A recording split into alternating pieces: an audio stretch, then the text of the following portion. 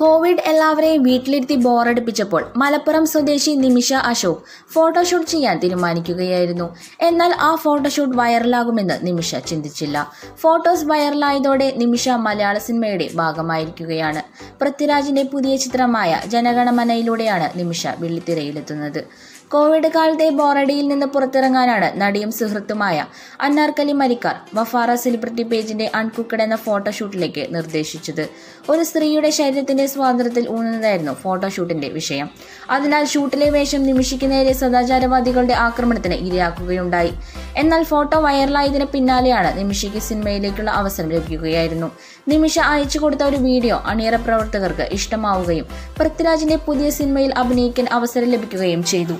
7 ദിവസം നീണ്ടുനിന്ന ചിത്രീകരണത്തിനിടയിൽ പൃഥ്വിരാജ്, സുരാജ് വെഞ്ഞാറമൂട് എന്നിങ്ങനെയുള്ള വലിയ താരനിരയ്ക്കൊപ്പമാണ് നിമിഷ വേഷമിട്ടത്. ക്യാരക്ടർ വേഷമാണ് നിമിഷയ്ക്ക് കിട്ടിയത്. കാലടി സർവകലാശാലയിൽ MA മലയാളത്തിന് ശേഷം കാലിക്കറ്റ് സർവകലാശാലയുടെ മഞ്ചേരി സെന്ററിൽ BEd പഠിച്ചുകൊണ്ടിരിക്കുകയാണ് നിമിഷ.